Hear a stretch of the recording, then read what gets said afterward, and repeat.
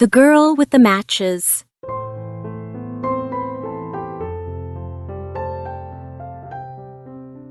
It was New Year's Eve, and the weather was freezing cold. Snow was falling, and it was getting dark. A poor little girl walked through the empty streets with no shoes on her feet and no hat on her head. Her feet were red and blue from the cold. Earlier that day, she had been wearing her mother's old slippers, but they were too big for her. When she tried to cross the street quickly to avoid some fast carriages, both slippers fell off. She couldn't find one slipper, and a boy grabbed the other one and ran away with it, thinking he could use it as a toy cradle someday.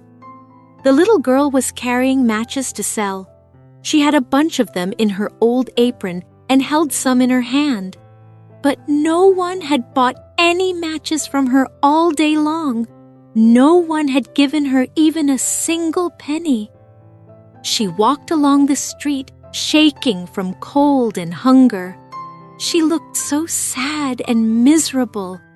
Snow covered her long, pretty hair that curled around her neck, but she didn't think about how she looked.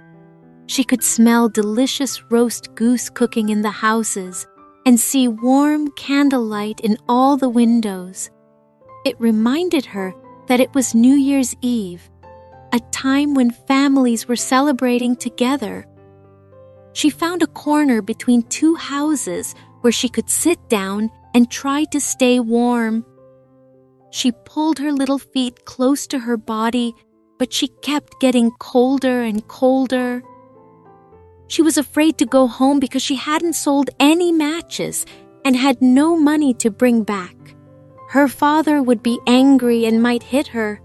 Besides, home was almost as cold as the street.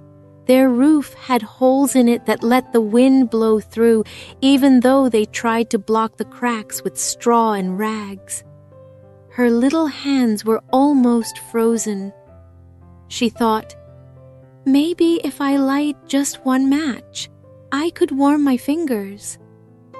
She took out one match and struck it against the wall. Whoosh! It burst into a bright, warm flame. As she held her hands over the flame, something amazing happened.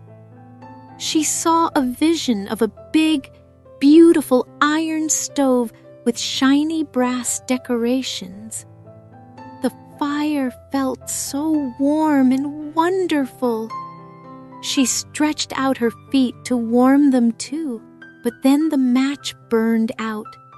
The stove disappeared, and she was left holding just the burnt match. She lit another match. This time, the light made the wall in front of her seem to disappear like a thin curtain. She could see into a room where a family was having dinner. There was a white tablecloth on the table, beautiful dishes, and a roast goose that smelled incredible. The goose even seemed to come alive and walk toward her. But then this match also burned out, and she was back to staring at the cold, damp wall. She lit a third match. Now she saw the most beautiful Christmas tree ever. It was huge and decorated with thousands of lights and colorful pictures like the ones she had seen in store windows. She reached out her hands toward the tree, but the match went out. The lights seemed to rise up into the sky like stars, and one star fell down, leaving a bright trail. Someone just died, the little girl said to herself.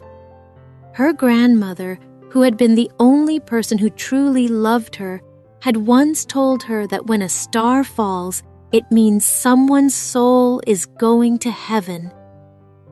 Her grandmother had died some time ago. She lit another match. In the bright light, she saw her grandmother. She looked beautiful and bright with a kind and loving face. "Grandmother," the little girl cried out, "please take me with you. Every time my match burns out, you disappear, just like the warm stove, the delicious food, and the beautiful Christmas tree." She quickly rubbed all her remaining matches against the wall because she wanted to keep her grandmother with her.